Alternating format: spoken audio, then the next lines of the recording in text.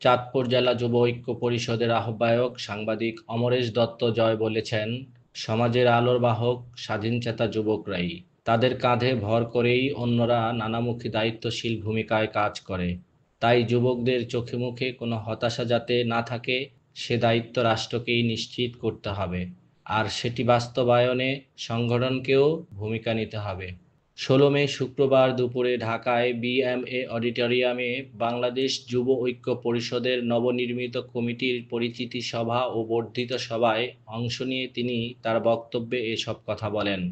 ধর্মীয় সংখ্যালঘু সম্প্রদায়ের অধিকার রক্ষায় যুবকদের করণীয় সম্পর্কে অমরেশ দত্ত জয় বলেন, আমাদের মেধার যত্ন নিজেদেরকেই নিতে হবে। সেই সাথে যেসব জেলাসহ অন্যান্য ইউনিটে ঐক্য পরিষদের মূল কমিটির দায়িত্বশীলরা সাংগঠনিকভাবে দুর্বল এবং পিছিয়ে রয়েছে, সেখানেও দ্রুত সাংগঠনিক ব্যবস্থা হিসেবে পূর্বের কমিটির বিলুপ্ত করে নতুন ও উদ্যমী মানবিকদের কাজ করার সাংগঠনিক দায়িত্ব দেওয়ার দাবি জানাচ্ছি। এক্ষেত্রে যুব ঐক্য পরিষদ তাদের ভ্যানগার্ড হিসেবে রাজপথসহ সর্বত্র পাশে থাকবে। অনুষ্ঠানে কেন্দ্রীয় যুব ঐক্য পরিষদের সভাপতি শিমুল সাহার সভাপতিত্বে ঐক্য পরিষদ, যুব ঐক্য পরিষদ সহ ভাতৃপ্রতিম সংগঠনের নেতৃবৃন্দরাও বক্তব্য রাখেন।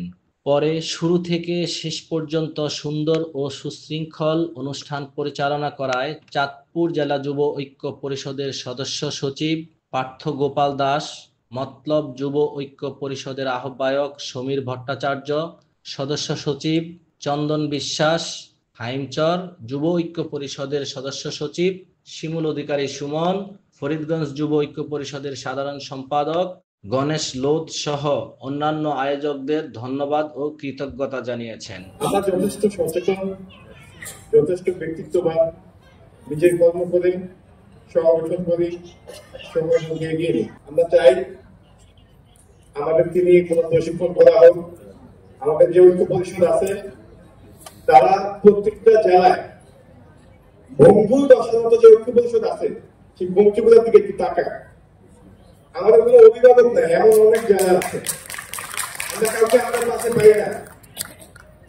সেক্ষেত্রে আমরা যুবকরা কতটাই বা শক্তিশালী হতে পারি।